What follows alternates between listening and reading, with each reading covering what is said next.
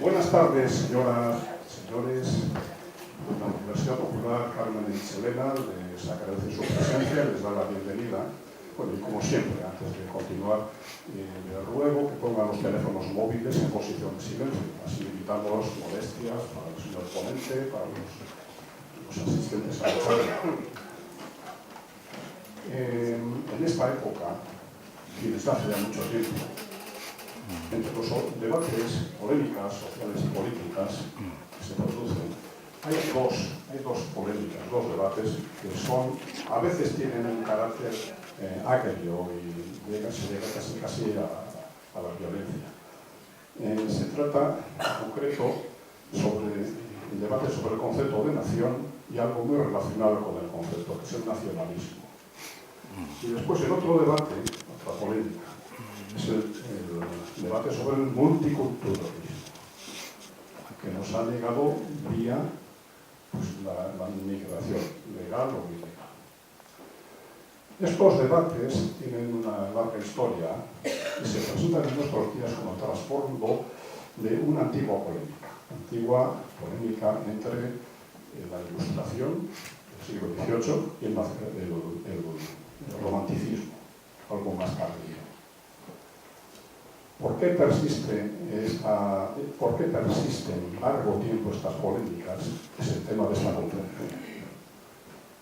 Al ser bien ilustrada, bien explicada por el profesor, el doctor Eduardo Álvarez González, que es profesor de filosofía en la Universidad Autónoma de Madrid.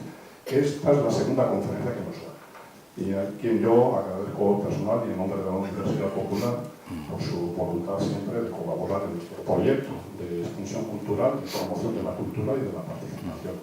Bien, el profesor Eduardo Álvarez es titular del Departamento de Filosofía de la UAM. Es profesor titular, desde el año 94.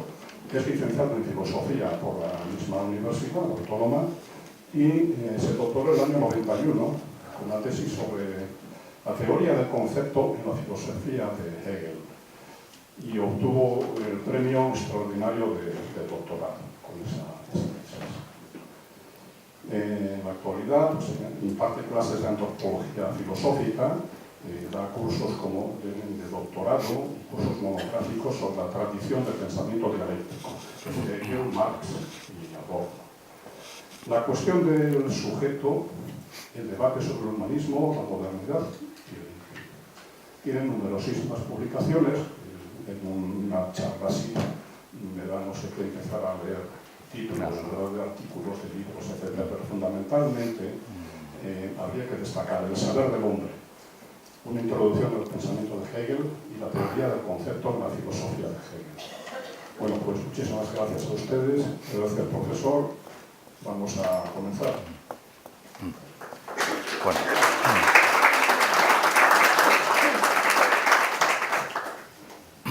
¿Se oye así? ¿Si hablo? Sí. Bueno, pues buenas tardes a todos. Gracias a la Universidad Carmen Michelena por invitarme por segunda vez. Ya estuve aquí hace un par de años, en efecto, como recordaba Gabriel Ocejo. Y gracias a ustedes también de antemano por haberse acercado a escucharme. Bueno, vamos a ver, lo que pretendo hacer es algo que no sé si es relativamente sencillo. Yo creo que lo que aspiramos a hacer la gente que nos dedicamos a cuestiones filosóficas es modestamente arrojar un poco de racionalidad, sí, o arrojar un poco de luz sobre las cuestiones que simplemente aspiro a hacer una serie de consideraciones que permitan arrojar algo de luz sobre unas discusiones que son muy candentes en el mundo actual y parte de cuya, digamos, su trasfondo histórico filosófico viene del pasado, de hace 200 años, como ha dicho antes Gabriel Ocejo, es decir, la Ilustración y el romanticismo. Entonces, claro, si han visto el título de la charla, lo que pretendo hacer es caracterizar estos dos movimientos culturales, que son en realidad dos formas de comprender la vida, de interpretar la realidad, de entender al ser humano, dos grandes movimientos culturales Pero no quiero abordar esto, digamos, desde la perspectiva del historiador o de, digamos, el que, llevado por un interés académico, se refiere a un asunto del pasado, sino que lo que quisiera hacer ver es el modo en que aquellos enfoques o aquellos planteamientos que se desarrollaron hace 200 años tienen una larga trayectoria y estas discusiones que se promovieron entonces llegan en realidad hasta el presente, hasta hoy. Y lo que quiero hacer entonces es hacer ver cómo estas dos discusiones concretamente, como es la que se desarrolla en torno a la nación, el nacionalismo, y esa otra que se refiere al multiculturalismo, son herederas o tienen un tributo con los enfoques que se desarrollaron hace 200 años en aquellas escuelas de pensamiento. Bueno, entonces esto me obliga a hacer una mínima caracterización de cada una de estas dos grandes corrientes de la cultura europea para después centrarme en esos dos debates que acabo de indicar, ¿no? Y a ello voy. Bueno, como he dicho antes, la Ilustración y el Romanticismo son dos concepciones de la vida, dos visiones del hombre, dos formas de entender la sociedad que tienen múltiples derivadas en el terreno del arte, en el terreno de la moral, en el terreno de la política, en todos los terrenos de nuestra existencia, ¿no? Y voy a decir, en primer lugar, una serie de rasgos definitorios de la Ilustración. La Ilustración es el nombre con que nos referimos en general al siglo XVIII, o quizá mejor dicho, ese nuevo espíritu que empieza a extenderse por Europa durante ese siglo, en algunos países más que en otros, porque en España desgraciadamente apenas penetró el espíritu de la Ilustración, ¿no? Y si tuviera que elegir un concepto eje en torno al cual pudiéramos hacernos una idea clara del significado de este movimiento cultural, ese concepto es el concepto de razón. Pero, claro, se trata de lo siguiente, de la pretensión de convertir la razón en el principio rector que rige nuestra vida y que nos permite vivir de manera autónoma, sin ningún tipo de tutelas, ni la tutela de la Iglesia, ni la tutela de un poder absoluto, como el que había imperado en todos los siglos anteriores, incluso en el mismo siglo XVIII. Y entonces esta apelación a la razón no es una apelación a una especie de entidad abstracta, algo, digamos, intangible. La razón no es más que el nombre que damos a la facultad humana que nos permite guiar nuestra propia vida con nuestro propio entendimiento, de acuerdo con nuestras ideas. Entonces, esta apelación a la razón tiene como complemento el ideal de autonomía, porque claro, es precisamente porque los seres humanos somos seres racionales por lo que podemos aspirar a orientar nuestra forma de vivir de manera autónoma, sin que haya nada, sea el dogma religioso o sea la imposición de un poder absoluto que se ofrezca como guía para nuestra vida. La autonomía es el gran principio, junto con la razón, que expresa el ideario de la Ilustración. Y esto explica el sentido de aquel movimiento cultural como un movimiento que promueve la emancipación humana. Tiene un sentido progresista emancipatorio, en tanto que, en efecto, se trataba de liberarnos de toda tutela. Kant, en el siglo XVIII, lo expresa diciendo que la divisa de la Ilustración se puede expresar en estas palabras: atrévete a pensar por ti mismo, ¿no? Y él mismo dice también que la Ilustración no es más que el movimiento por el cual los seres humanos salimos de la minoría de edad. Son palabras de Kant. Bueno, entonces, frente a la Iglesia, fundamentalmente, que mediante el dogma y mediante el control ideológico de los individuos había sostenido esa tutela que viene de siglos atrás, y también frente al absolutismo de la época, el sentido emancipatorio de la razón y de la autonomía que proclama ese ideal se traduce en este nuevo espíritu que promueve la secularización. de las costumbres, de la forma de vida. Es decir, organizar nuestra vida de tal manera que no estemos pendientes de la trascendencia, sino que nos organicemos de acuerdo con valores humanos, valores mundanos, ¿no? Una visión laica de la existencia. Y es también acorde con este principio de la razón ilustrada el ideal de tolerancia. Frente a las guerras de religión que se habían extendido por la Europa moderna, la tolerancia, que da título, por ejemplo, a algunos textos célebres de la época en Locke o en Voltaire, ¿no? El ideal de la tolerancia se desprende precisamente del significado de lo que es la razón, es decir, las desavenencias, las diferencias entre los seres humanos se tienen que resolver mediante la reflexión racional, la discusión, la deliberación, pero sin apelar a ningún tipo de dogma, a ningún tipo de intolerancia. Y en esta brevísima caracterización que estoy haciendo de la Ilustración, también es un valor importante expresivo de aquella época el principio del progreso, el ideal del progreso. Es decir, si la Ilustración lo que quiere es introducir razón en el mundo en el sentido de que la razón sea el principio rector de nuestra vida, pero también el modo conforme al cual se organiza la sociedad humana. La razón es lo que está en la base del desarrollo de la ciencia y del progreso técnico, pues obviamente el progreso es uno de los ideales, de los digamos, más venerados, ¿no?, por los ilustrados. Hay un aspecto también que quiero subrayar para contraponerlo luego a lo que hacen los románticos, y es el modo en que los ilustrados reivindican el valor de la conciencia. La conciencia es ese espacio que tenemos todos los individuos que nos permite reflexionar, deliberar, saber que tenemos una experiencia del mundo y que en relación con esa experiencia tomamos decisiones, elegimos.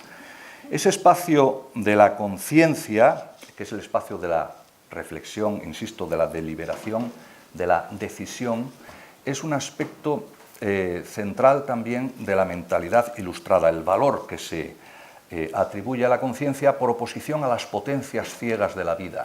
Es decir, si la vida que llevamos responde en gran medida a nuestro propio protagonismo, si somos nosotros los que vivimos en primera persona, si nuestra vida no es el mero resultado azaroso de las circunstancias que nos dominan, es precisamente porque somos seres conscientes que podemos tomar decisiones libres. Y esto es lo que los ilustrados del siglo XVIII consideran precisamente la base de la dignidad humana. La dignidad humana radica precisamente en esta capacidad que tenemos de ser seres conscientes. La razón es una función de la conciencia, ¿no? Y esto es común a todos los hombres. Lo cual me da pie para señalar otro aspecto importante, que es el universalismo, que tiene como una de sus dimensiones el cosmopolitismo, ¿no? Pero bueno, la idea de universalismo, que es más general, viene a sostener más o menos lo siguiente. Es decir, hay principios que valen para todos, universalmente. Todos estamos concernidos por determinadas pautas morales, por determinados principios que tienen un valor universal. Y en ese sentido, por ejemplo, cuando Kant, desarrolla una teoría moral, esta se presenta con un valor normativo, es decir, la conducta humana tiene que atenerse a un tipo, a una forma de acción que puede valer universalmente, ¿no? Del tipo, por ejemplo, de estos principios que se han enunciado como actúa con los otros como quieres que actúen contigo, en fin, aunque Kant no formula así su famoso imperativo categórico, pero, digamos, su concepción de la moral es de tipo universalista. Ese universalismo no solamente se expresa en el terreno moral, sino también en el terreno político. Así, por ejemplo, cuando se formulan las declaraciones de derechos del hombre y del ciudadano en la Francia del siglo XVIII, y después la Declaración de Independencia de los Estados Unidos, esas famosas declaraciones de derecho lo que proclaman es el ideal universalista. Todos los seres humanos por igual. Claro, el universalismo entraña una cierta idea de igualdad. Todos los seres humanos, por igual, tenemos los mismos derechos, ¿no? Y alienta el ideal cosmopolita, porque precisamente si todos los seres humanos tenemos los mismos derechos, eso quiere decir que antes que ser francés, alemán, serbio o vasco, uno es un ser humano que tiene los mismos derechos que todos los demás, ¿no? Este es el ideal cosmopolita que expresan los ilustrados de aquel tiempo. No, decía antes que lamentablemente en España el espíritu ilustrado apenas tuvo influencia, ¿no? Ortega decía que nos falta un siglo en nuestra historia, nos hemos saltado un siglo, a diferencia de Francia, de Alemania o de Inglaterra, ¿no? En España apenas penetró el espíritu de la Ilustración y esto explica quizá muchas cosas de nuestra historia,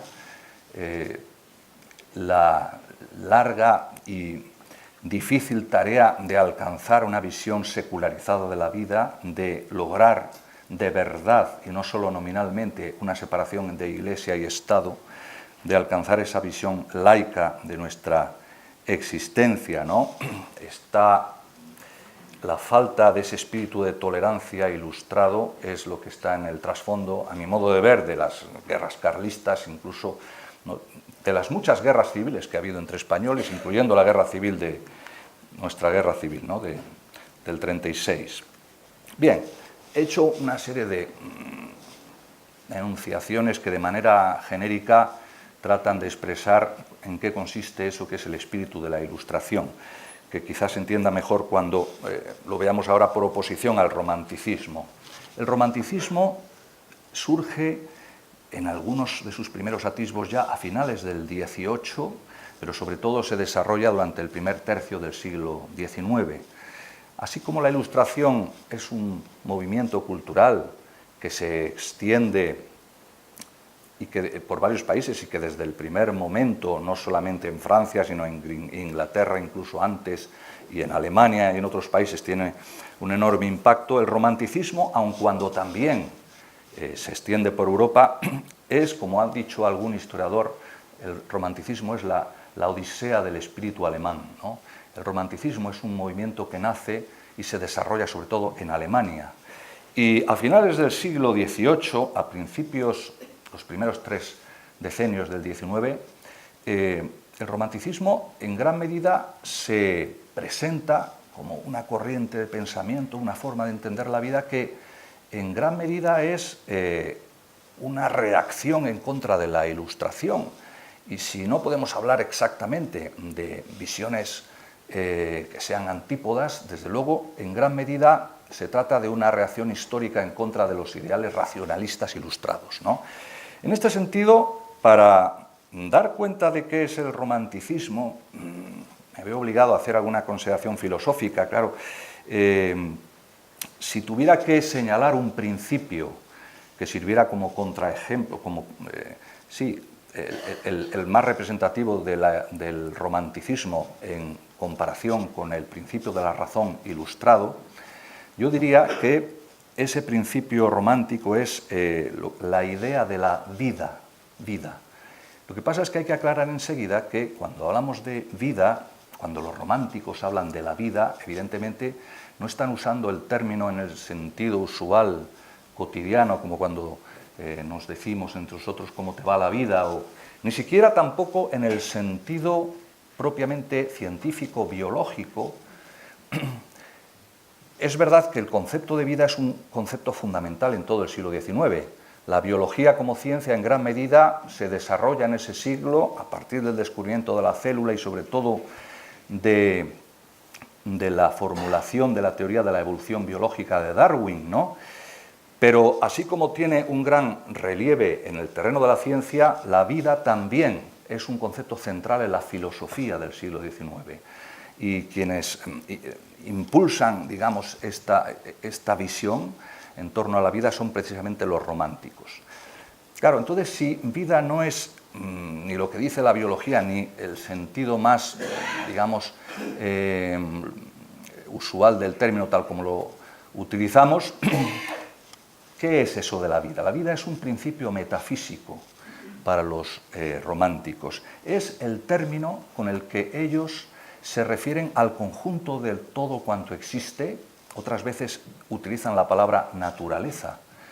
Pero vida tiene la ventaja de que transmite la idea de que la realidad es un constante fluir que da nacimiento a nuevas formas, una especie de potencia, la potencia de la vida de carácter proteico que se manifiesta en la multitud infinita de las formas que va generando en la naturaleza, pero no solo en la naturaleza, también en la vida social y cultural. Es decir, las culturas y las realidades que hacemos los seres humanos son también producciones de la vida.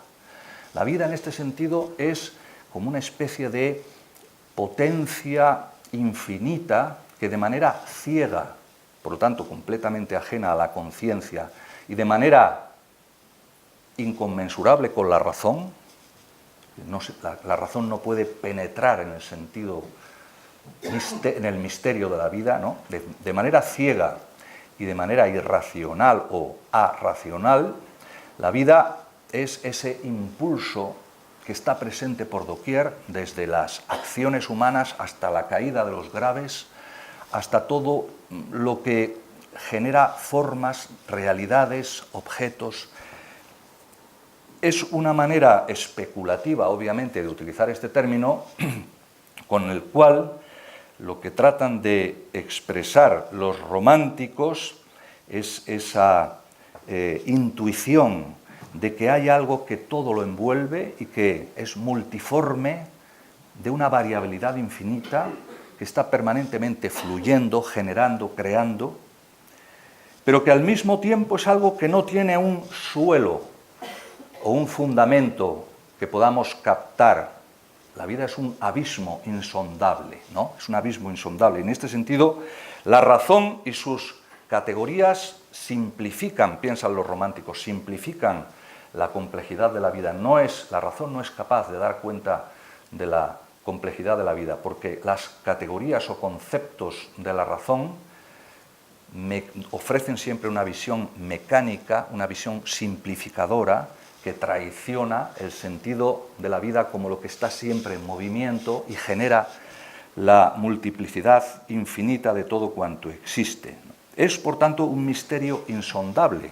Y esto quiere decir que la razón, para los románticos, véase en qué medida se oponen a los ilustrados, ¿no? La razón es incapaz de expresar, insisto, con sus categorías simplificadoras, el misterio de la vida. Esta exaltación del misterio, por otro lado, es también un rasgo típicamente romántico que les lleva a resaltar o exaltar el mundo nocturno frente a la luz, que es el símbolo de la racionalidad ilustrada, ¿no? El siglo de la luz, el siglo del iluminismo, el siglo de la ilustración. En alemán, Aufklärung quiere decir iluminación, iluminismo, ¿no? Entonces, frente a las luces de la razón, lo que oponen los ilustrados es precisamente la reivindicación de la noche. En los himnos a la noche de Novalis, por ejemplo, encontramos un buen ejemplo de esto que estoy diciendo. El lado nocturno de nuestra vida, que es como decir, el lado sombrío, oscuro, que no se deja comprender racionalmente, que se expresa en los sueños, esta valoración del mundo onírico, es también característico de los románticos, ¿no? Y por la misma razón de que esa idea de la vida que resaltan los románticos no se expresa racionalmente, es característico del planteamiento romántico el recurrir a los mitos, la manera de expresar la realidad o el sentido de la realidad no es mediante una explicación racional, no, son los mitos que, antes no lo he dicho, los ilustrados, por el contrario, habían sometido a crítica, ¿no? Porque el proceso de secularización y de crítica de la religión es también crítica del mito, ¿no? Movimiento de desmitificación. El mito frente a la desmitificación racionalista de la Ilustración. Los mitos supuestamente expresan las verdades más profundas del ser humano, algo que no es consciente frente a aquella valoración de la conciencia de los ilustrados. Los románticos, por el contrario, exaltan el valor de lo inconsciente, ¿no? Lo onírico, lo nocturno, inconsciente. Y esto les lleva a reivindicar también la religión. Quiero hacer un paréntesis porque antes no lo he dicho a propósito de los ilustrados, para seguir con la comparación.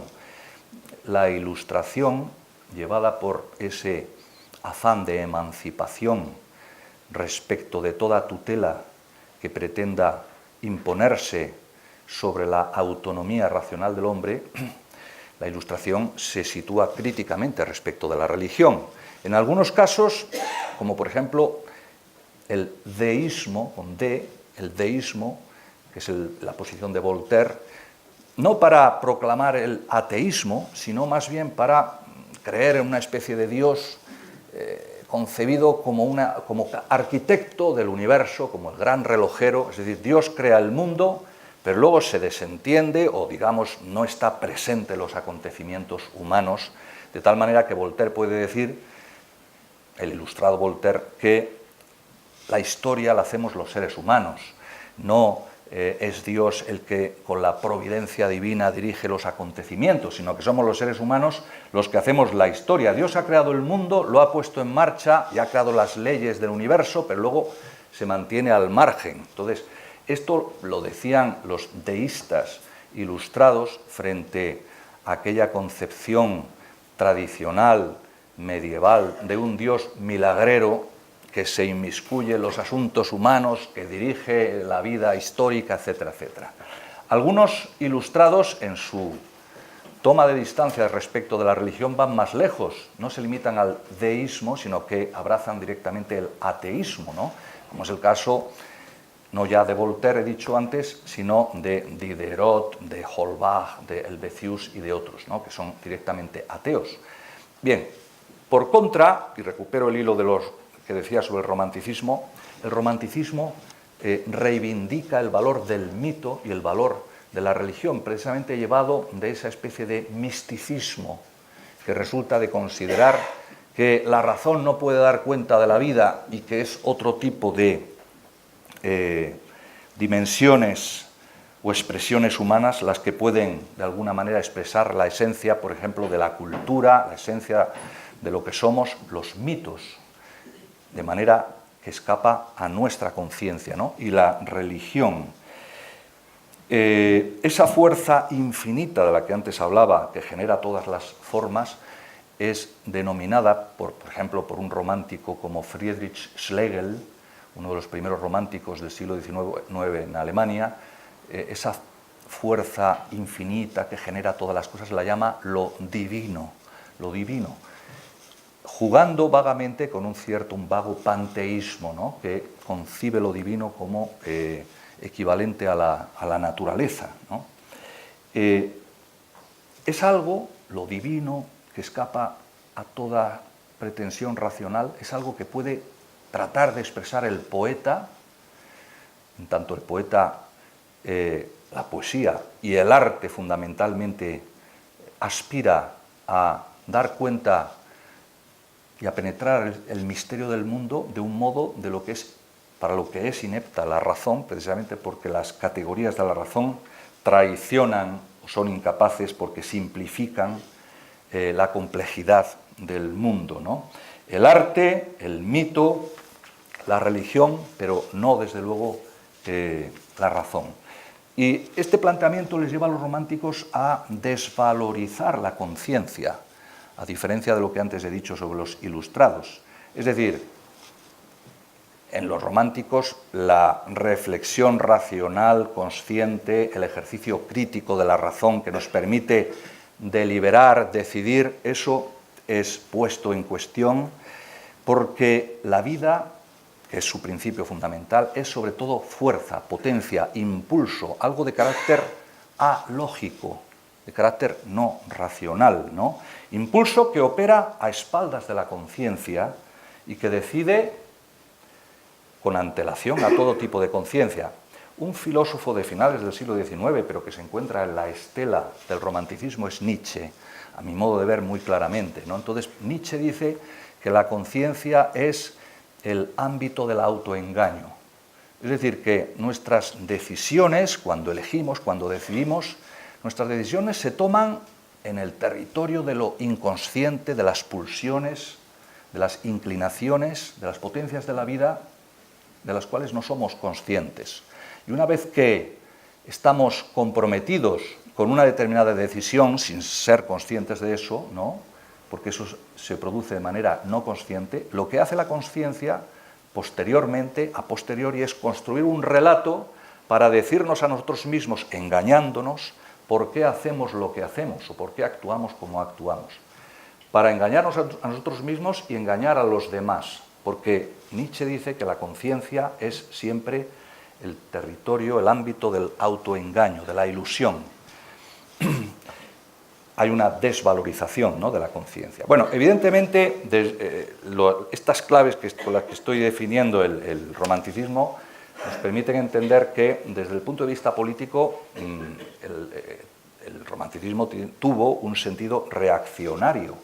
Reaccionario porque abandona el ideal de emancipación, de toda tutela, el ideal de autonomía que justamente definía el ideario ilustrado, y porque el romanticismo promueve una vuelta al pasado, una añoranza por la Edad Media que es muy característica de la literatura, de la poesía, en general del mundo romántico, ¿no?, una vuelta hacia el pasado, hacia la valoración del mito, de la religión, de la tradición, muy importante esto también entre los románticos, es decir, algo que es tradicional tiene visos de justificarse por sí misma, porque la vida de un pueblo en su historia ha generado ciertas tradiciones y las tradiciones justifican que algo está bien. Esta apelación a la tradición se opone a lo que dice el ilustrado, es decir, confiar en la capacidad racional consciente que nos permite determinar si nos convencen o no ciertas tradiciones o si podemos empezar de cero, ¿no?, a partir de nosotros mismos. Y otro aspecto también a destacar, por oposición al universalismo cosmopolita de los ilustrados, es lo que podríamos llamar el particularismo característico de los románticos, desde Herder y el romanticismo en general, pero Herder es quizá la figura aquí clave.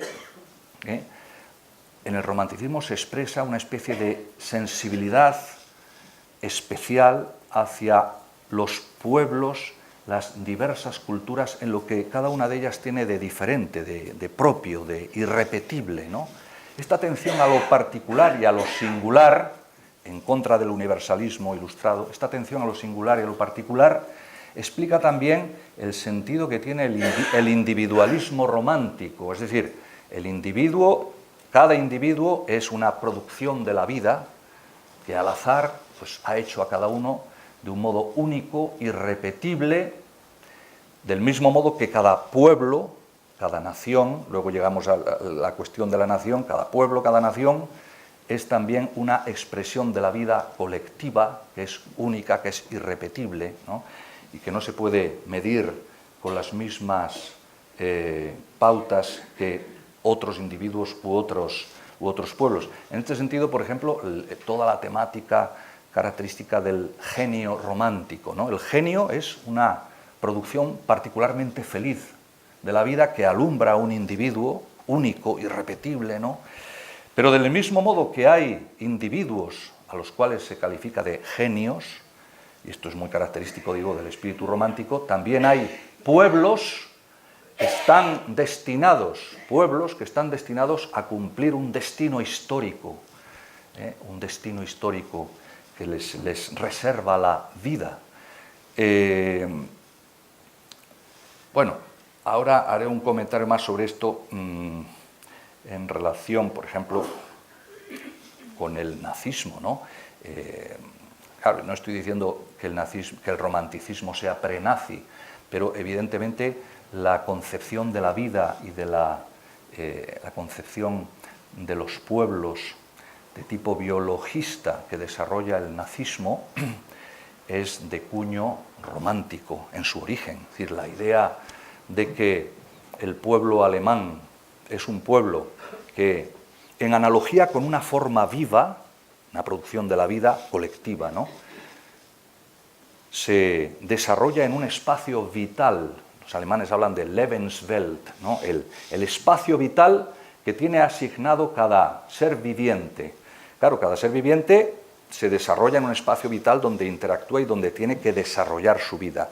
Pero parece que hay creaciones de la vida histórica, como el pueblo alemán, pensaba Rosenberg, por ejemplo, un teórico del nacionalsocialismo, ¿no?, que necesitan más espacio vital para desarrollar su potencia, la potencia de la vida de ese pueblo que está llamado a cumplir un destino histórico. Y claro, y si para desarrollar su destino, para cumplir su destino, necesitan desarrollarse en un espacio vital más amplio, pues se invadirán los territorios de los pueblos eslavos hacia el este o hasta donde haga falta, ¿no? Porque precisamente lo que justifica el derecho del pueblo alemán, pensaba Rosenberg, no es ninguna especie de ideal de justicia ilustrado, universalista, que establezca unos mismos principios para todos. Eso es completamente ajeno a este tipo de mentalidad. No, lo que determina el derecho del pueblo alemán es la propia fuerza vital que encarna ese pueblo. Es su fuerza vital, de acuerdo con esta locura que piensa Rosenberg, ¿no?, es su propia potencia vital la que le da el derecho de desarrollarse invadiendo otros pueblos, ocupando otros territorios, ¿no?, de acuerdo con todo este ideario que, como digo, es de origen romántico. Bueno, otro aspecto importante de la mentalidad romántica es que no existen pautas objetivas, no hay modelos que puedan sostener el valor de la acción o el valor del pensamiento. Es decir, no hay cánones. Esto tiene mucha importancia, por ejemplo, desde el punto de vista de la moralidad, como antes decía, es decir, no hay unas formas o pautas de conducta que tengan que ajustarse a normas con un valor universal, que, digamos, obliguen a todos, precisamente porque, y vuelvo al fondo metafísico de la cuestión, esa idea de la vida les lleva a pensar que la vida, que es creatividad, originalidad, creación constante de lo nuevo y que no tiene un fondo, una base, ¿no?, prescinde de todo tipo de pautas objetivas que pretendan medir el valor de las acciones. Se comprende la importancia que tiene el romanticismo en una de las esferas de la cultura más importantes, que es el arte. Ahí, a mi modo de ver, por lo menos, es donde el romanticismo ha hecho la gran aportación, es decir,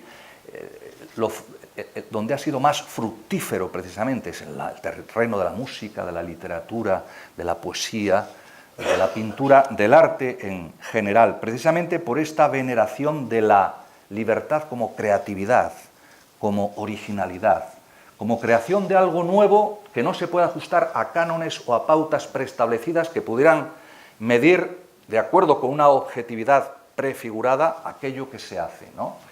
Claro, esto explica el subjetivismo característico de los románticos. Frente al valor de la autonomía, lo que el romántico pone es el valor de la autenticidad. Autenticidad, porque de lo que se trata no es tanto de pensar en términos de autonomía como hacía el Ilustrado, sino más bien de que la forma de vida que es un individuo, que es un pueblo, se exprese conforme a lo que realmente es decir, que la vida se exprese fielmente en esa manera de actuar, esa manera de desenvolverse. Eso significa autenticidad, ¿no? Claro, aquí hay una cuestión de fondo, y es que esto opera contra todo lo que había dicho la modernidad, porque la modernidad había dicho que lo que es el ser humano no está preestablecido ya con un ser que nos defina, sea la vida o lo que fuere, sino que precisamente lo que somos es el resultado de la acción que hacemos sobre nosotros mismos, ¿no? El ser humano es el resultado de hacerse y no de cumplir un destino o ser fiel o auténtico conforme a una vida que de alguna manera se expresa en nosotros. Bueno, hay una discusión ahí donde no voy a entrar. Pero lo que a mí me parece que es el principal déficit del romanticismo, o el problema, no déficit, no sé si habría que expresarlo así, es decir, el problema principal, a mi modo de ver, que se plantea es qué ocurre con las... Es decir, cuál es la aportación de esta mentalidad romántica cuando nos situamos en el terreno de la política. Es decir, ¿qué tipo de política se desprende o se deriva de los principios del romanticismo? Precisamente esta exaltación, esta veneración de la vida y de la potencia de la vida y de lo inconsciente parece no dejar espacio para una comprensión de la política en la cual los seres humanos establecemos una especie de parlamento en el que deliberamos e intercambiamos las opiniones unos con los otros para tomar decisiones. Esto el romántico no lo valora ni en el terreno individual, es decir, el individuo no tiene un espacio consciente donde pondera distintos motivos, delibera, compara y elige conscientemente y llevado de una autonomía por su razón, sino que es la propia fuerza de la vida, que cada uno representa lo que nos resuelve en un sentido determinado, en una decisión, ¿no? Hay un decisionismo, como han dicho algunos críticos de esta posición, ¿no? Que es lo que se deriva del romanticismo. ¿Cómo puede ordenarse la praxis política, cómo puede ordenarse la convivencia interhumana a partir de los principios del romanticismo? Esta es la gran cuestión, y yo creo que los principios románticos, cuando se han tratado de llevar a la esfera política, ha creado grandes monstruosidades, ¿no? Esa es mi opinión. Bueno, entonces, establecidas hechas estas consideraciones, voy rápido a lo que quería decir sobre nación, nacionalismo, multiculturalismo, para hacer ver, como digo, que esta disputa no es un asunto académico de eruditos que se refieren al siglo XVIII o principios del XIX, sino que tiene una larga sombra que nos llega al presente, donde todavía están en cuestión estos viejos principios, ¿no? Quiero hablar en primer lugar de la cuestión de la nación. Hay dos formas principales en la tradición política, dos formas principales de concebir nación, porque sobre esto habla todo el mundo, pero yo creo que hay ideas poco claras, ¿no? Hay dos formas principales de concebir la nación, ¿no? Dos conceptos de nación. Uno es el modelo de corte liberal, heredero de la Ilustración, que viene a decir más o menos lo siguiente. Dice, la nación surge de la voluntad de los individuos, la voluntad de convivir y de regirse colectivamente por instituciones comunes, la voluntad de seguir viviendo juntos, ¿no? Aquí lo que subyace es una cierta idea voluntarista, es decir, hay una apelación a la voluntad de los individuos. La nación se sostiene en la voluntad de los individuos. Por eso los teóricos modernos que elaboran este concepto de nación sostienen una teoría del pacto, del contrato social, ¿no? Es muy famosa, es decir, la idea de que la nación, organizada políticamente como Estado, responde a la voluntad que expresan los individuos, aunque esto no signifique que haya habido un acto histórico en que se han puesto de acuerdo. Digamos, hay una especie de tácito asentimiento por el cual los individuos consienten formar parte de la nación, que en todo caso se supedita a las voluntades individuales. Es algo consentido. Esta unión de los individuos es lo que funda la ciudadanía, de acuerdo con este concepto liberal de corte ilustrado que vengo caracterizando. Y esto es de origen francés. Es de origen francés. Se elabora a mediados del siglo XVIII, pero a finales del siglo XIX, perdón, se elabora en torno al siglo XVIII, pero en el siglo XIX, a finales del siglo XIX, un pensador político como Ernest Renan da una famosa conferencia, que luego se recoge como texto y es muy célebre, que se titula ¿Qué es una nación?, ¿no? Ernest Renan. Bueno, y Renan, esta conferencia la da en los años inmediatamente posteriores a la derrota de Francia en la guerra franco-prusiana, y naturalmente su patriotismo, de alguna manera, que se puede pensar que está presente en lo que él sostiene allí. Pero Renan, aun cuando admiraba a algunos románticos, sobre todo expresa también, a su manera, este modelo de corte liberal ilustrado de nación, cuando dice que la nación es la voluntad de afrontar juntos el porvenir y continuar la vida en común. Es, como dice en una famosa afirmación suya, un plebiscito de todos los días. Esto es muy citado de Renan. La nación es un plebiscito de todos los días. Bueno, veamos ahora el otro gran modelo que se ha formulado sobre el concepto de nación. Es el modelo romántico. El modelo romántico de Herder y de Fichte viene a decir que la nación no se sustenta en las voluntades de los individuos que consienten. No, la nación es una realidad que sobrepasa a los individuos, que trasciende a los individuos y a sus voluntades.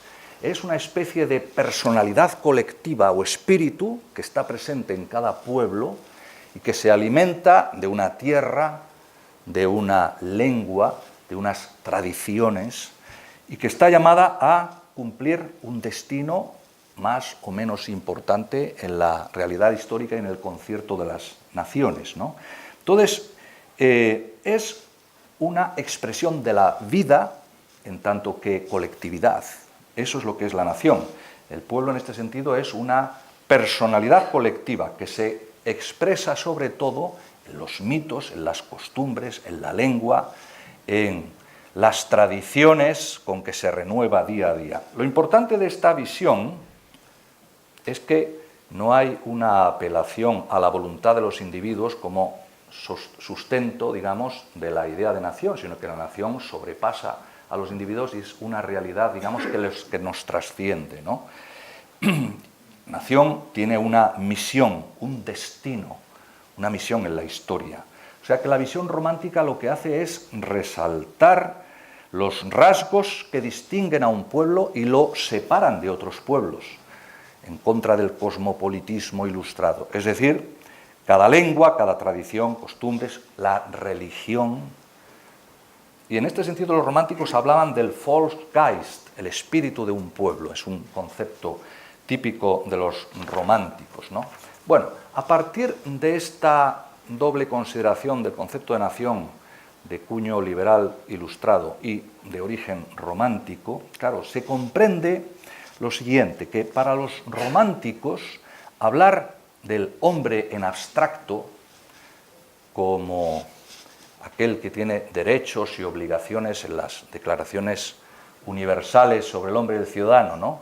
Hablar del hombre en abstracto es algo que no tiene ningún valor, porque el ser humano no es una realidad abstracta que exista como tal y que después, secundariamente, uno, pues, primero es un hombre, pero después uno, pues mira por dónde nace en una época u otra, en Francia o en Alemania o en Serbia o donde sea, ¿no? No existe el hombre en abstracto, sino que existe, esto es lo que piensa el romántico, lo que existe es el alemán, el serbio, el vasco, el catalán.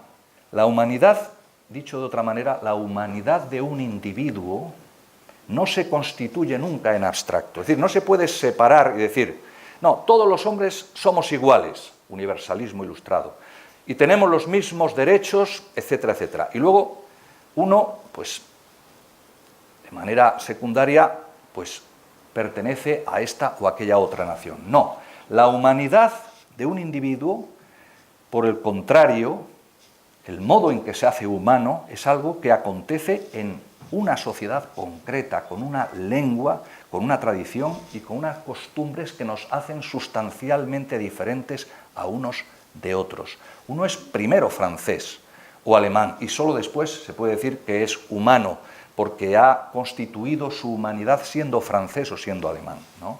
Por lo tanto, lo que resalta el romántico es la pertenencia a una tierra, a una sangre, a un pueblo, a una forma de entender la vida, etcétera, etcétera, con unos sentimientos. Claro, puesto que la razón, que no es valorada, como hemos visto, por los románticos, la razón no puede terciar entre los distintos pueblos para buscar un territorio común donde podamos, por ejemplo, hablar de derechos que son universales del hombre y del ciudadano. Lo importante es el terreno afectivo, los sentimientos y fundamentalmente el sentimiento de pertenencia. Toda la cuestión identitaria, que hoy está tan en el centro de las discusiones, viene precisamente de este concepto romántico de nación, ¿no? Y claro, la cuestión identitaria, esto es lo que piensa el romántico, no puede resolverla ni entenderla la razón.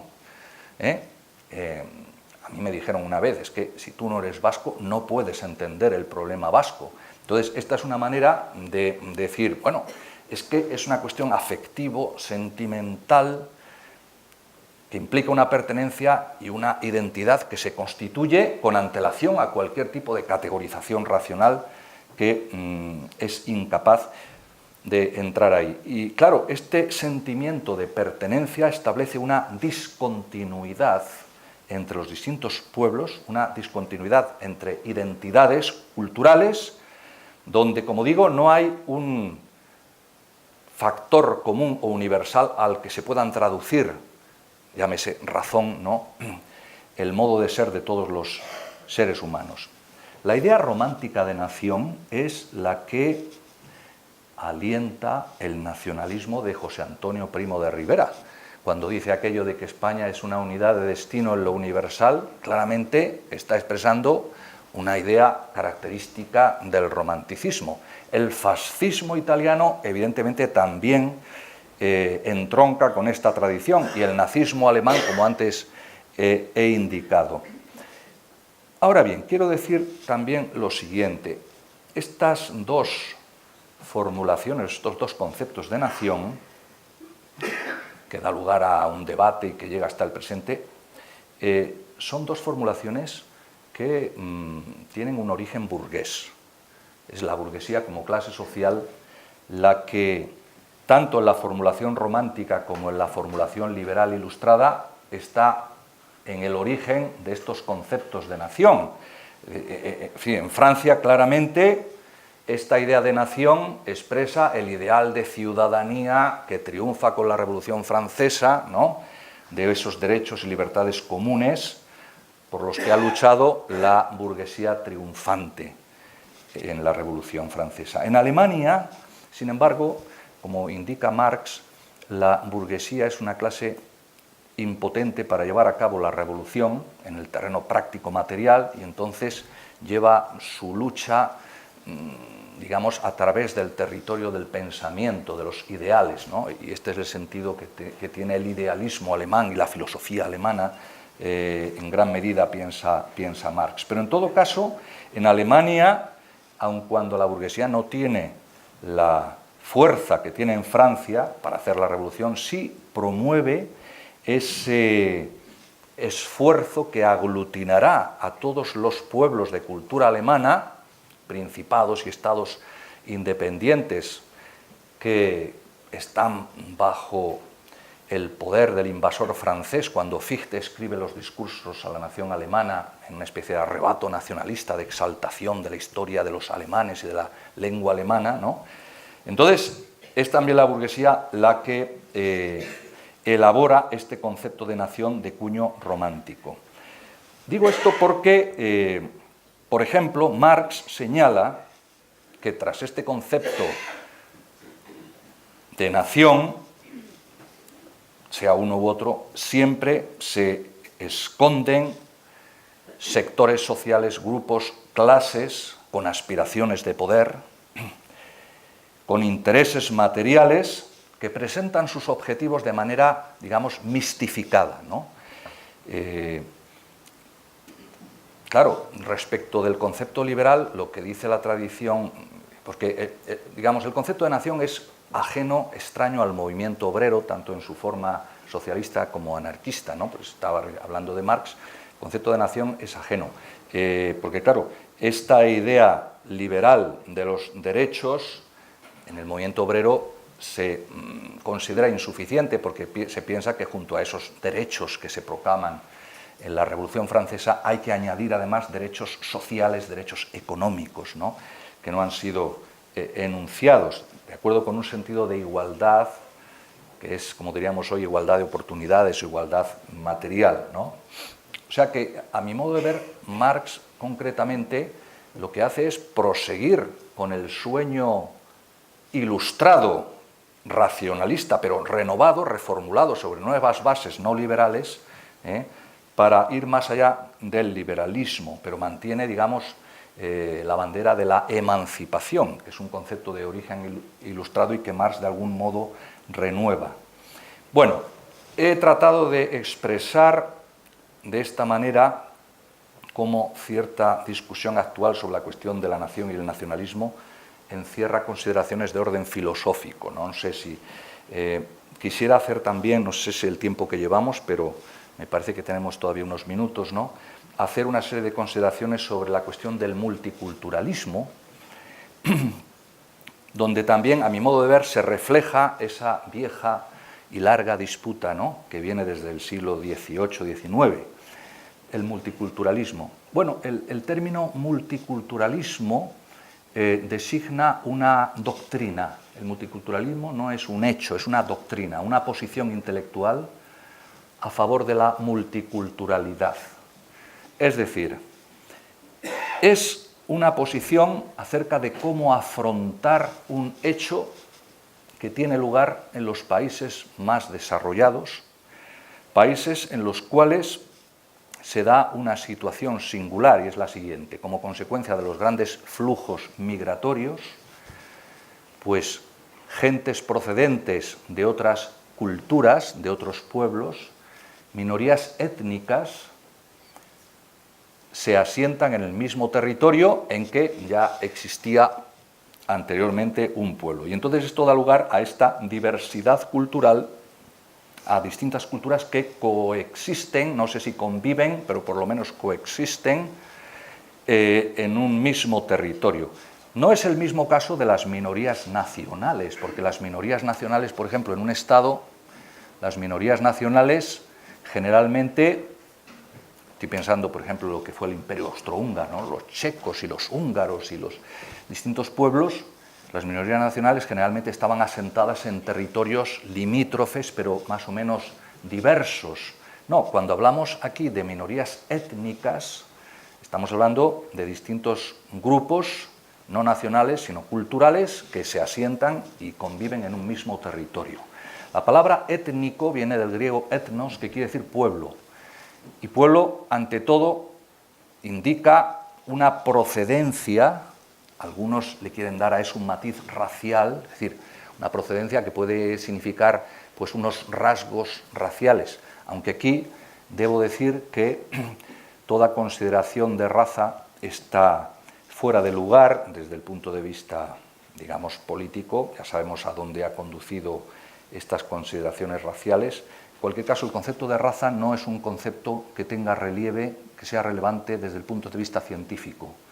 Es decir, la raza es una cuestión anecdótica que no entraña ningún tipo de consecuencia, es decir, no hay razas que estén abocadas a tener una determinada cultura u otra. Esto tiene que ver con la educación en que los individuos hemos sido formados en una determinada cultura. Entonces, etnos, pueblo, quiere decir un determinado pueblo. Sí, algunos le dan ese matiz racial, pero básicamente cada pueblo tiene una historia, una religión, una lengua muy importante, una cultura, ¿no? Bien, entonces aquí se trata de minorías étnicas. ¿Cómo afrontar esa pluralidad de etnias o de culturas en un mismo territorio? ¿Cómo afrontar el problema de la multiculturalidad? Entonces, el multiculturalismo es una determinada posición en relación con la cuestión de la multiculturalidad.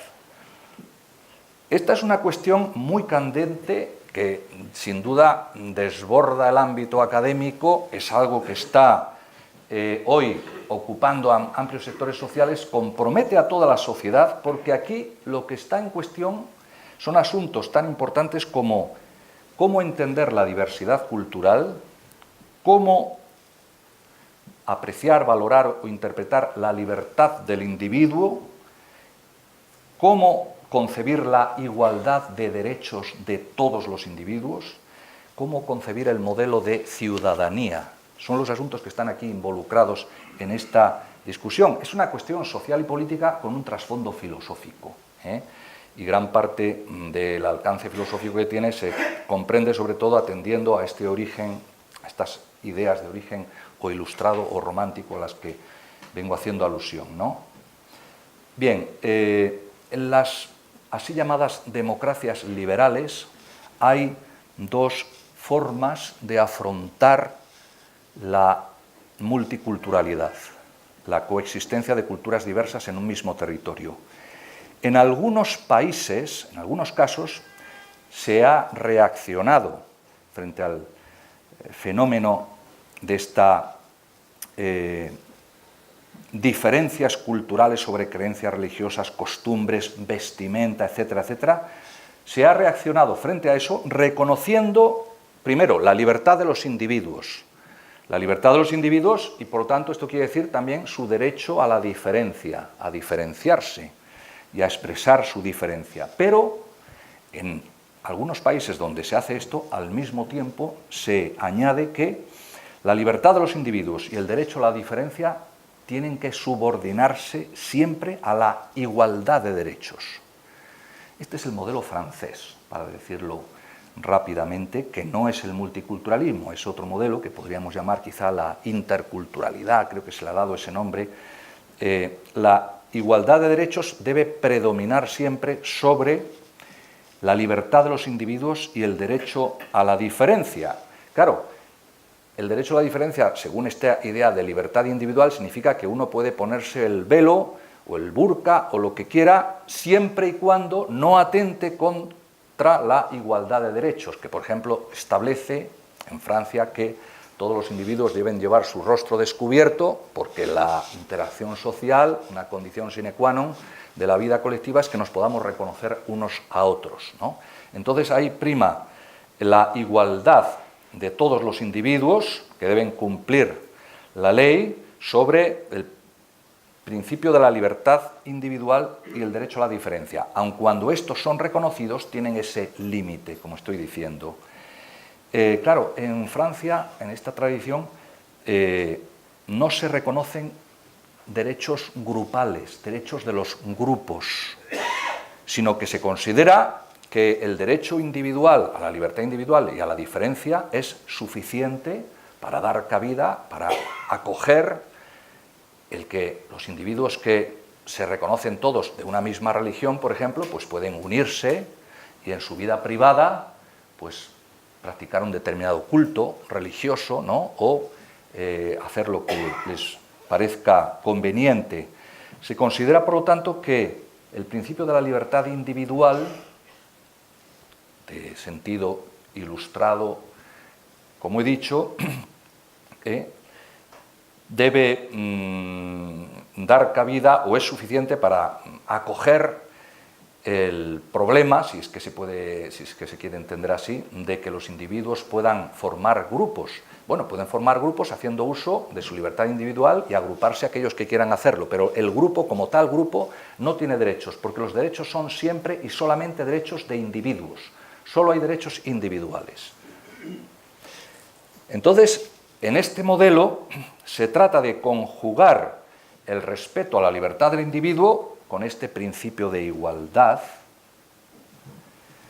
y este principio de igualdad que exige que todos deben cumplir las leyes que definen un modelo integral de ciudadanía que es común para todos.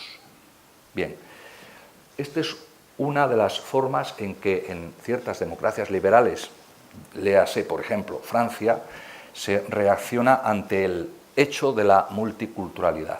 En otros casos, y voy a pensar sobre todo en el ejemplo del Reino Unido, Gran Bretaña, la respuesta es el multiculturalismo. Es decir, la doctrina o la respuesta ante el fenómeno de la multiculturalidad y la diversidad cultural es lo que se conoce como multiculturalismo. El multiculturalismo aboga por el reconocimiento de los grupos culturales. los grupos como tales grupos, con sus derechos diferenciales, que de alguna manera rompen esa idea de ciudadanía universal común a todos, ¿no? Derechos diferenciales de los grupos.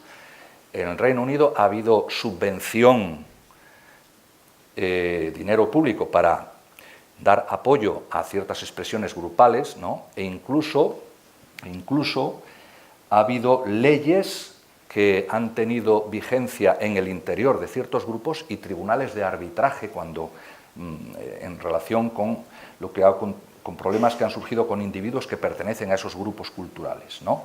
Entonces, este planteamiento, el multiculturalismo, parte del supuesto romántico de que los individuos tienen ante todo y por encima de todo, incluso por encima del principio del universalismo, de que todos tienen que tener los mismos derechos o cumplir las mismas leyes, los individuos tienen que ser fieles a sus raíces culturales, porque la aculturación, es decir, el proceso por el cual a un individuo se le saca de su cultura para que abrace una cultura diferente, se interpreta que es una manera de romper violentamente la integridad humana, en la medida en que se está suponiendo que nuestra humanidad se ha constituido en tanto que formamos parte de un grupo cultural con una lengua, unas costumbres, etcétera, etcétera, ¿no? Como he dicho antes.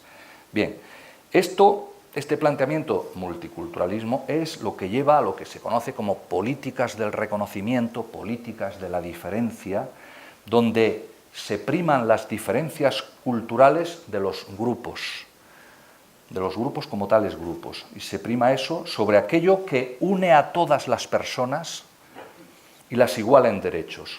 Se reconocen no solo derechos individuales, sino derechos grupales, de los grupos como tales, ¿no? Donde el Estado no debiera inmiscuirse. Bueno, algunos críticos del multiculturalismo dicen que el multiculturalismo mostró su fracaso más estrepitoso con los famosos atentados de Londres de 2005. Porque claro, este tipo de política multiculturalista pues dio lugar a una situación en que unos individuos que habían sido respetados en esta forma de educación a la que vengo refiriéndome, pues perpetraron estos atentados. A mí este argumento me parece bastante débil, porque claro, por la misma razón, y simétricamente se puede decir lo propio del modelo francés, es decir, que aquellos individuos que han sido educados de acuerdo con este principio de igualdad republicana y de ciudadanía universal integral, pues a partir de ese tipo de formación también han cometido atentados de ese tipo, o sea que lo que vale para uno supongo que tendría entonces que valer para otro. En cualquier caso, los detractores del multiculturalismo opinan que este modelo conduce a la ruptura de la ciudadanía democrática común, universal, ese principio ilustrado, ¿no? Y rompe ese modelo de ciudadanía universal, democrática, común, en nombre de un nosotros, pero claro, el nosotros siempre se opone a los otros, ¿no? Nosotros frente a los otros. Y claro, la cuestión que al fin y al cabo hay que plantear es reconocer, política del reconocimiento, pero ¿qué es lo que hay que reconocer? ¿Reconocer qué, en definitiva? Es reconocer la dignidad humana que radica, acaso, en el modo en que nos diferenciamos en la práctica de una religión u otra, o en el modo de usar una vestimenta, o radica, por el contrario, en que tenemos unos derechos fundamentales iguales para todos.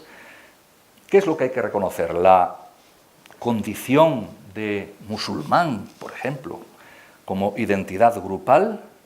¿No basta entonces el reconocimiento de la libertad individual y que haciendo uso de esa libertad individual en su espacio privado, sin reconocimiento del dinero público, el Estado, los individuos puedan agruparse conforme a sus deseos?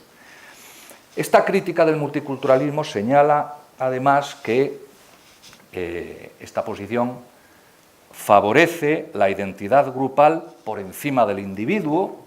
Se reconoce estos derechos colectivos a los grupos étnicos se abandona el principio de que solo hay derechos de los individuos. Y sobre todo, como han señalado algunos críticos, la política del reconocimiento crea conflictos y discordias sin fin, porque la pretensión de ser reconocido parece algo que no tiene nunca fin, parece un deseo insaciable, ¿no?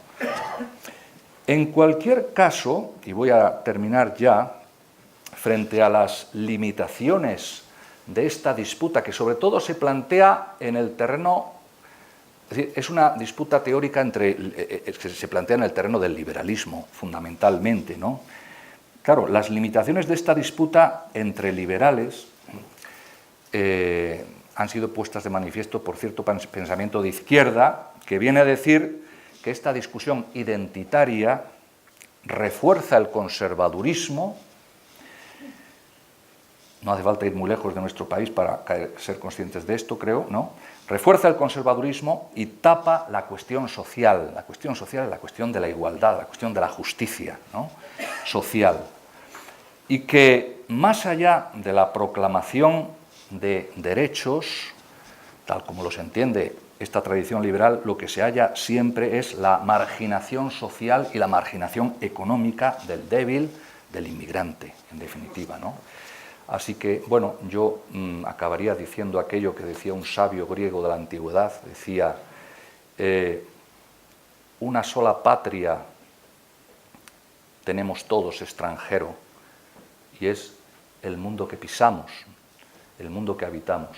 Un solo caos ha creado a todos los mortales. Muchas gracias por su atención.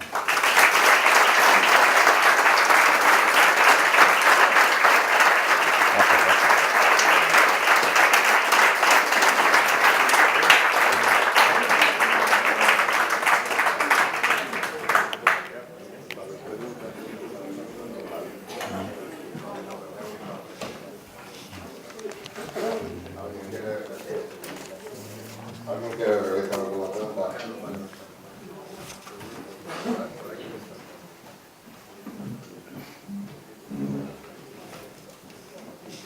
Gracias, Eduardo. Esto se oye. Bueno, muchas gracias por llegar, es muy pertinente hablar de estos dos campos, de lo romántico y de la ilustración, ¿no? Sobre todo porque entre el común de las personas, de la mayor parte de la población, la palabra romántico tiene unas connotaciones positivas que yo, en mi opinión, no corresponden al contenido altamente peligroso de las doctrinas que se inspiran en el romanticismo. En el nivel político, pero también en algo tan empleado como la idea del amor romántico, que ha dado lugar a tantas desgracias en las relaciones personales, ¿no? Repito que me interesa recalcar que no se corresponde la realidad con esas connotaciones positivas que la palabra romántico tiene en el español. Debe tener mucho que ver con la tradición política o histórica anterior que tenemos, que esa palabra se haya cargado de connotaciones positivas.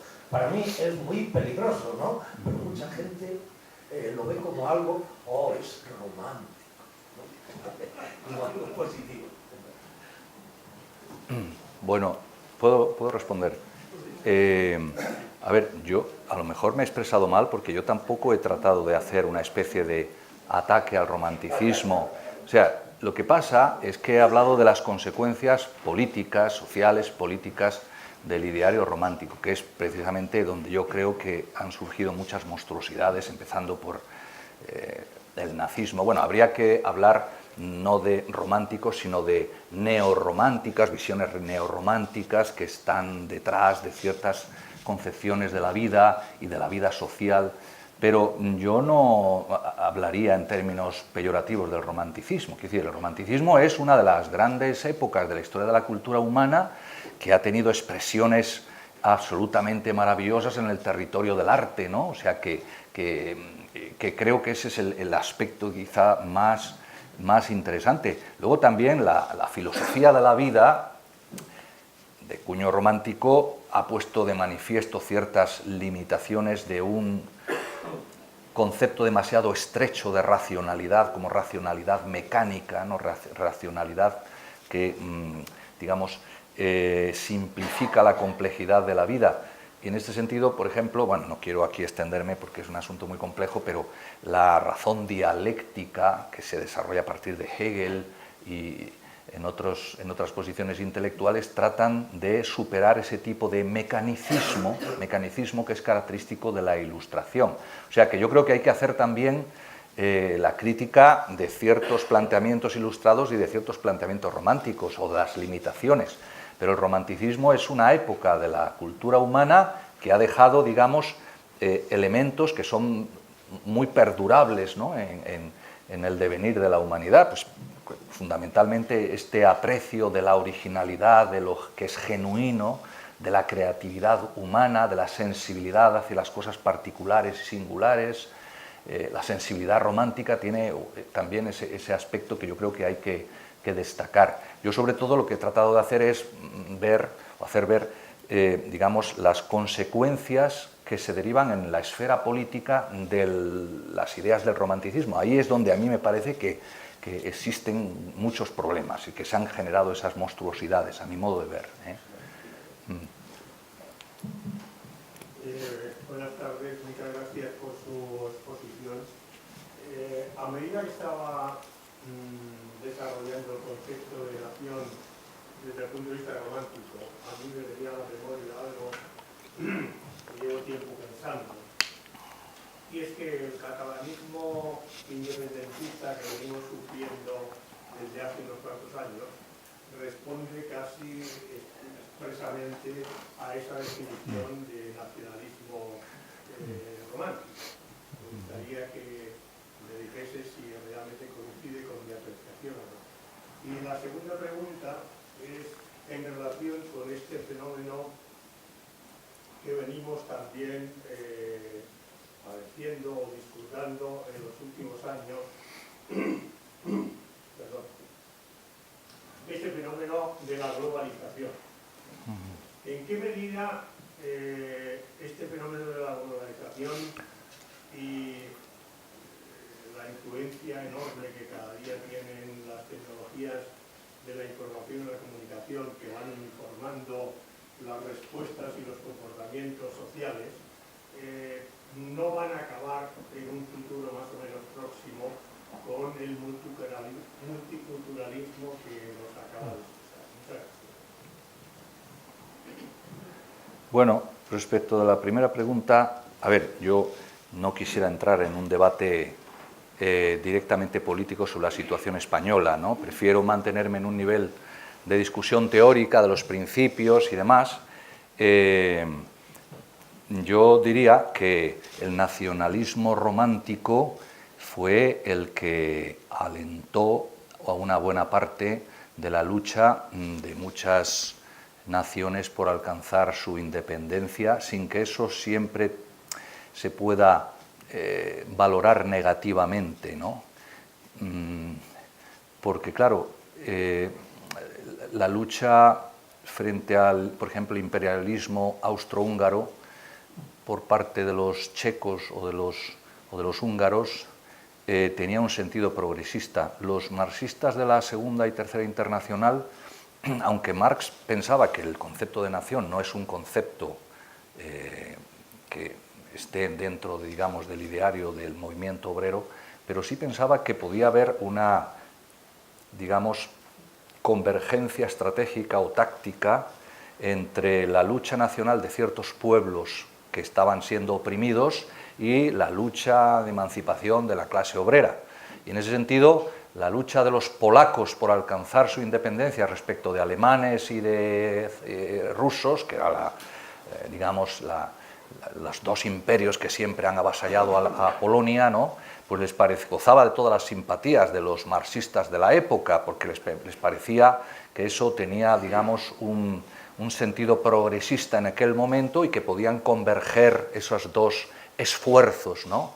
Otra cosa es cuando luego, en determinados ámbitos geográficos, se hace una exaltación de la nación de una manera mistificada, que ya no responde a la liberación respecto de una potencia dominante que explota, que subordina, que margina, sino que se trata más bien de una especie de exaltación que mitifica la idea de nación como si fuera un fin en sí mismo. Frente a eso, me parece que la izquierda tiene que precaverse, ¿no? Y que guardar cierta distancia. Entonces ya dejo a cada uno que piense si en el caso catalán se trata de una nación oprimida o por el contrario se trata de un pueblo que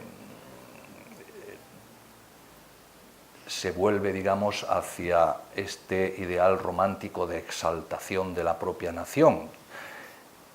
La idea, digamos, que proviene de la Ilustración es un ideal cosmopolita, porque claro, aunque en definitiva las naciones sin Estado busquen conformar una organización política, un Estado, ¿no?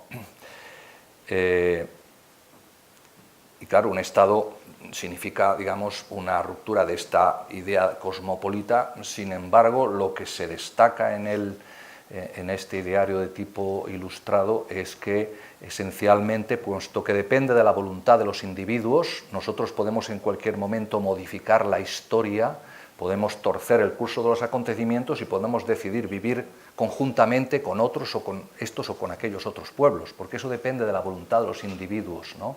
El deseo de convivir y depende de los individuos, y prescindiendo por lo tanto de toda especie de mitificación de que hay una especie de destino del pueblo, no sé si catalán o español o el que sea. Eso es lo que yo diría sobre esa primera cuestión. Sobre la cuestión de la globalización, bueno, más que poner en cuestión el multiculturalismo, porque el multiculturalismo, insisto, es una doctrina sobre cómo afrontar el problema o la situación que llamamos multiculturalidad en un determinado país. Lo que la globalización pone en peligro es el hecho mismo de la diversidad de culturas en el mundo entero. Claro, no hace falta que vengan flujos migratorios, sino que ya en sus propios países cada vez se adoptan más formas de vida donde entra el mercado y la mercantilización de las formas de vida de todas las culturas, que es donde encontramos gentes que visten camisetas de marcas y cosas así, y parece que la cultura occidental va extendiéndose a todas partes, ¿no? Esto que llamamos ahora globalización, Marx lo llamaba proceso de extensión universal del capitalismo, ¿no? Que me parece más preciso.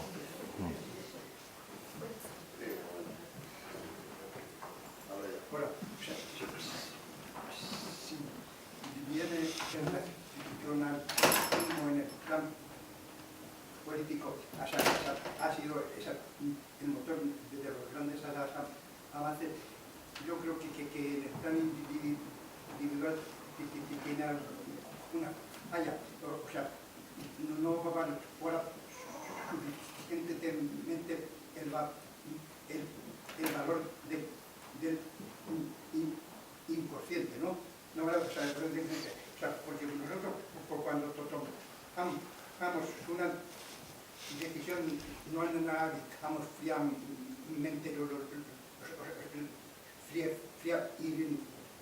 institucionalmente todo, sino que tenemos una carga, o sea, inconsciente que nos ha venido por nuestra historia, nuestra niñez, nuestra juventud, y que nos hace determinarnos hacia un sitio o hacia otro. Sí.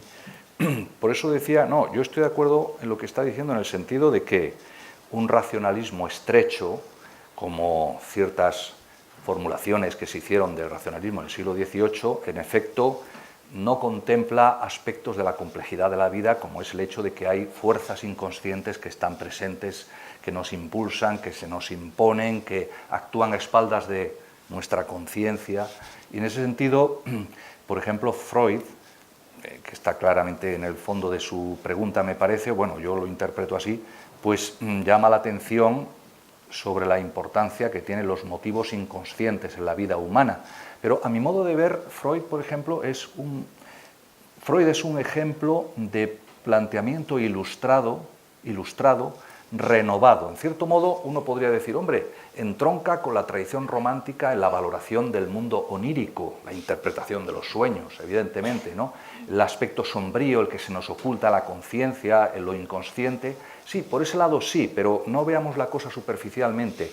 Aun cuando Freud reconoce la importancia que en la vida humana tiene lo inconsciente, sin embargo, la pretensión del psicoanálisis es traer a la conciencia los motivos que nos son ocultos, porque Freud era un científico que confiaba mucho en la ciencia y que expresa con toda claridad esta pretensión de que los seres humanos, aun cuando no gocemos de esa autonomía de principio que decía toda la tradición idealista, sin embargo, el ideal sería conquistar una forma de vida que fuera cada vez más autónoma.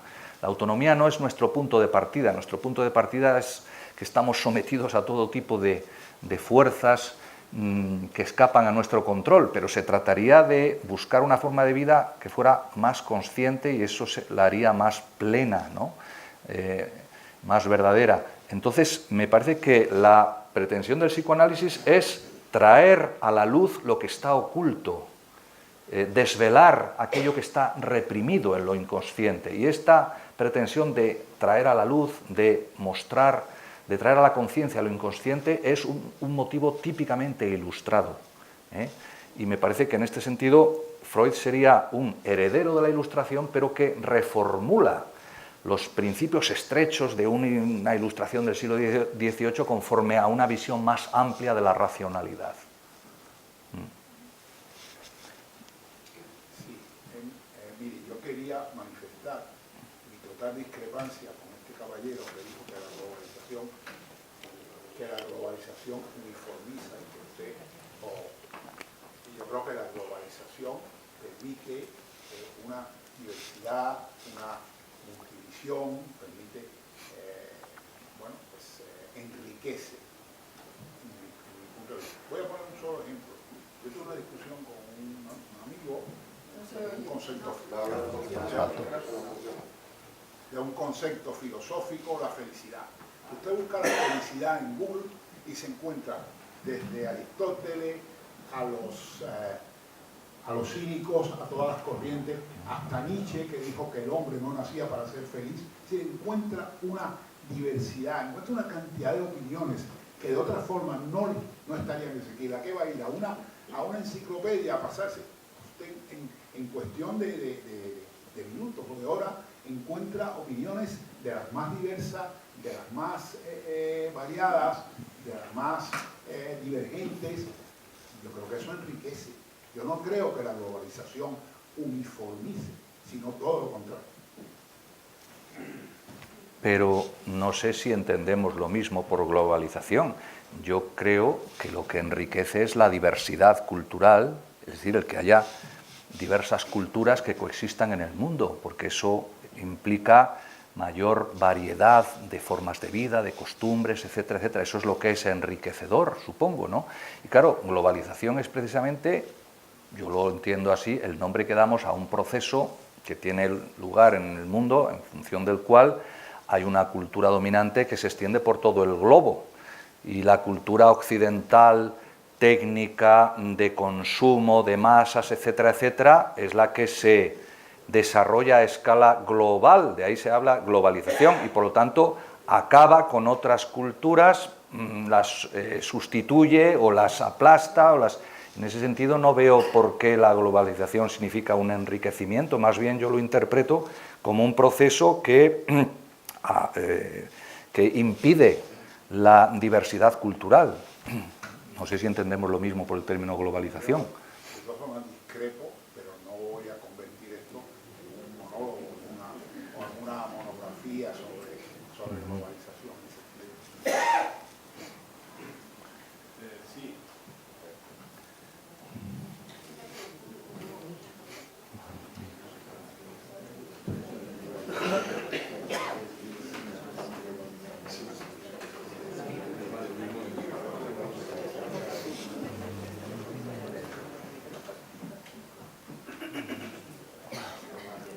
Muchas gracias. No he tenido oportunidad de oírte en toda la conferencia, pero lo que has comentado en la última parte me da pie a retomar ese punto de vista que has señalado, que si acaso el romanticismo nacionalista este que apuntabas, que podía de alguna manera interpretarse en Cataluña ahora, en este momento que estamos sufriendo todos, ¿acaso eso no era una cortina de humo para aparcar, o al menos disimular, un conflicto de tipo social que viene dado precisamente pues, por la estructura económica que hay allí y en todas partes, ¿no? No solamente de España, sino del globo, ¿no? En Francia, que es el país del republicanismo, la república, el ciudadano, comentabas que es un modelo liberal, individuo. Allí llevan ya 2 y hasta 3 generaciones de inmigrantes, sobre todo del norte de África, que están todos aparcados en las banlieues, en las afueras de todas las grandes ciudades, y esos son señores que tienen un índice de paro del orden del 70-80%, que no se integran, y son absolutamente franceses, y tendrían que ser exactamente iguales que el señor que iba en la Duro del Sello, vamos, está exactamente igual. Pero en cambio no tienen oportunidades económicas, no tienen oportunidades de colocarse, y lo que pasa en Francia pasa en cualquier sitio de Europa. Y no hablemos ya de el imperio, Estados Unidos, con el supremacista que tienen actualmente de presidente, que al final es un reflejo de un supremacismo del anglosajón allí, ¿no? Entonces, yo creo que está bien, evidentemente todos partimos de situaciones absolutamente distintas, de culturas completamente distintas, de culturas, etcétera, etcétera. Pero hay una cosa que subyace a todo, que es el derecho a la igualdad de oportunidades, a tener una vida mínimamente digna, a comer, etcétera, etcétera, ¿no? Y yo creo que eso, todo lo que sea atizar el tema del nacionalismo, lo único que hace es aparcar de una manera absolutamente inmoral lo que es realmente importante, que es la igualdad, que es una utopía, pero evidentemente creo que tenemos derecho a ir en esa dirección, ¿no? Sí, yo estoy básicamente de acuerdo con lo que acaba de decir.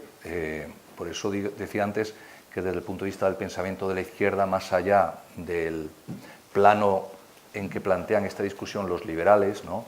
Pues hay que atender al hecho de que frecuentemente detrás de la invocación de la nación, lo que hay es intereses, grupos sociales, una cierta aspiración de poder, etcétera, etcétera.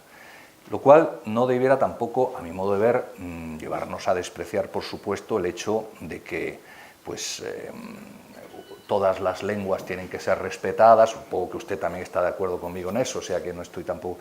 Es decir, que por ejemplo que el franquismo aplastó la libertad de los catalanes para hablar su lengua, en fin, todo esto me parece una cosa evidente, ¿no? Y creo que sobre eso no hay ninguna discusión, pero evidentemente sí, situar la disputa en el terreno de la nación, lo que ocurre es que genera unas diferencias donde al final lo que se confrontan son sentimientos, es lo que he tratado antes de señalar yo, ¿no?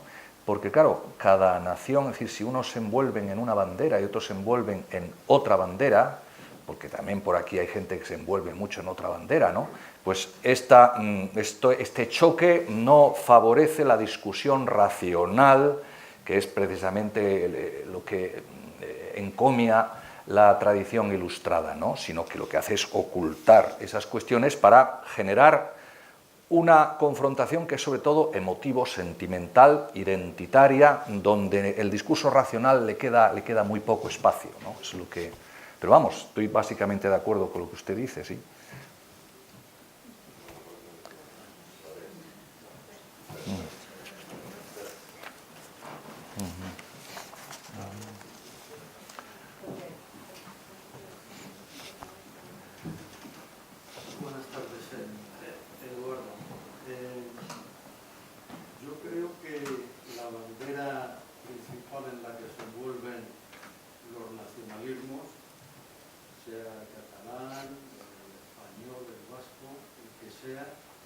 es la bandera del dios imperante, del dinero.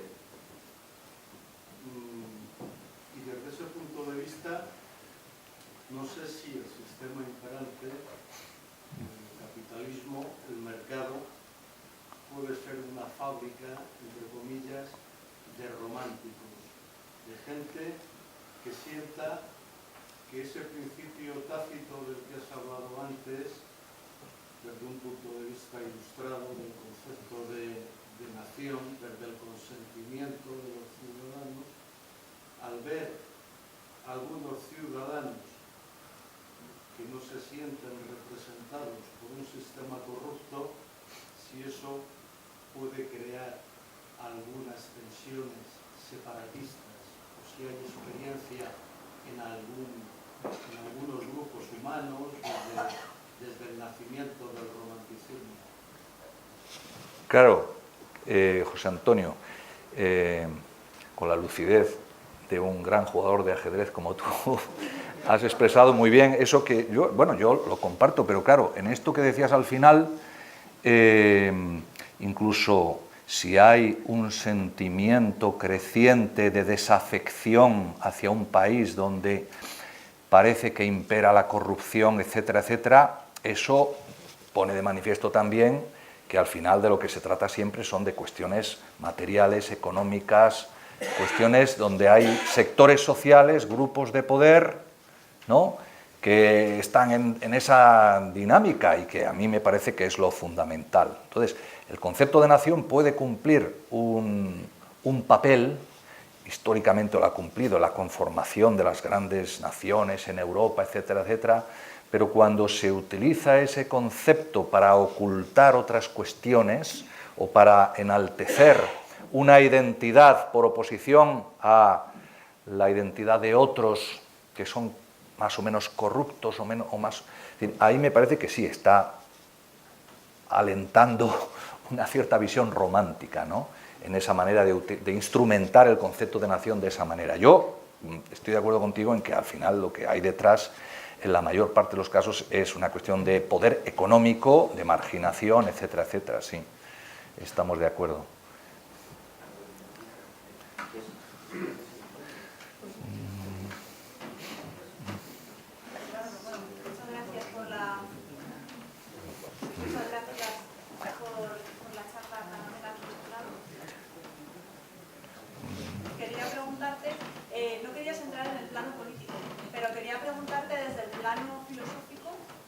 ¿Consideras que podría ser solucionado el problema catalán? Perdón. La última parte no te he entendido, pero procura facilitarme las cosas porque... Desde las ideas ilustradas se podría quizás entrar en el conflicto y abordarlo, o simplemente crees que no hay ninguna posibilidad desde el punto de vista filosófico, porque hay otro tipo de... Es que la filosofía no resuelve problemas, no resuelve problemas.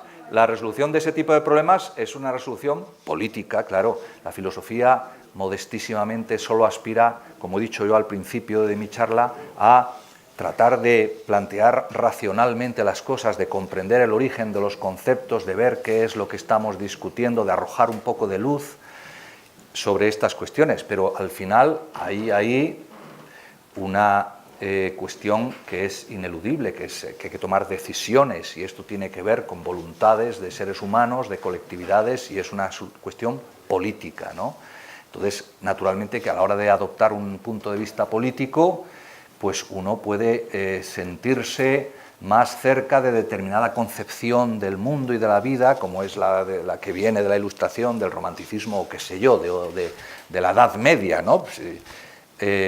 O sea, pero no creo que se pueda decir que la filosofía pueda ofrecer una solución a eso, ¿no? No una solución, sí. Pero quizás una ayuda. Bueno, la ayuda es... Sí, la ayuda es precisamente, es así de modesto, es que no hay más. Es decir, es simplemente tratar de introducir racionalidad en el mundo y en nuestras opiniones y en nuestras representaciones de las cosas, y y dar racionalidad también a nuestra acción, ¿no? Por ejemplo, si entendemos que el choque entre naciones, ¿no?, entendidas de manera identitaria y llevados por cuestiones de sentido de pertenencia, según una apelación a los sentimientos, pues que eso no favorece de ningún modo el diálogo racional, ¿no? Pero es así de modesta, me parece a mí, la aportación que puede hacer la filosofía, desgraciadamente. Claro, te lo comentaba porque yo no veo que se esté plasmando, o sea, yo no veo que realmente haya una aportación desde la filosofía ahora mismo en España, desde los filósofos.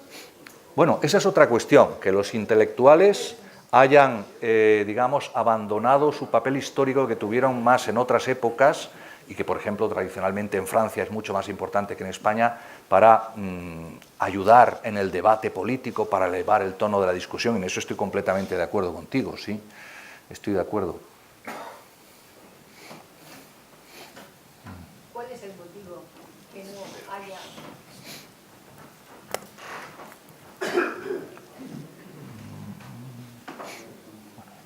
¿Cuál podría ser el motivo de que no haya ciertos filósofos que tengan interés en dar un poco de luz al asunto? Bueno, sí, no sé si es una cuestión de que tengan o no interés, ¿no? No sé si esa es la manera en que habría que decir las cosas. Por las razones que sean, el debate, yo plantearía de otra manera. En España hay muy poco debate político en general. Entre los intelectuales, por supuesto, hay poco, puesto que apenas tienen importancia. La sociedad española generalmente no ha concedido mucho relieve a los intelectuales. Quiero decir, cuando murió Sartre en Francia, pues el presidente del gobierno se presentó en el entierro e hizo unas manifestaciones de respeto hacia la figura de aquel gran filósofo. En España, generalmente, a la gente que se dedica a cosas de pensamiento no se le ha prestado mucha atención. O sea que eso es un rasgo diferencial, creo, de la cultura española. Y eso por un lado. Y luego, por otro lado, me parece que en España no hay mucho debate político. Hay intercambio de consignas, reiteración de tópicos, pero pensamiento y debate a escala del país sobre nuestras grandes cuestiones, a mí me parece que no hay debate político. ¿Por qué puede ser debido? Bueno, pues eso yo no lo sé, pero supongo que tiene que ver con el modo en que la sociedad evoluciona hacia formas cada vez, quizá por la influencia de la cultura esta del consumo, evoluciona hacia formas más infantiles de vida en común. Si es verdad aquello de que todo lo que ocurre primero en Estados Unidos acaba llegando a Europa, pues estamos perdidos, porque en Estados Unidos el desprecio hacia el mundo intelectual, el antiintelectualismo feroz que existe en la sociedad y americana en general, hace que un individuo que pretenda decir algo con una cierta altura y tal, ni siquiera se le oye y además cae mal. Para que un candidato a presidente pueda tener alguna posibilidad, tiene que mostrarse muy simplista, ¿no? Y decir cosas que tengan un nivel así como muy llano, ¿no? Y no sé si ese mismo espíritu está llegando también a Europa, pero es un temor que podemos albergar. Bueno. Muchas gracias. Sí. Bueno, gracias a ustedes. Gracias. Señor Regalo, sí recuerdo. Muy bien.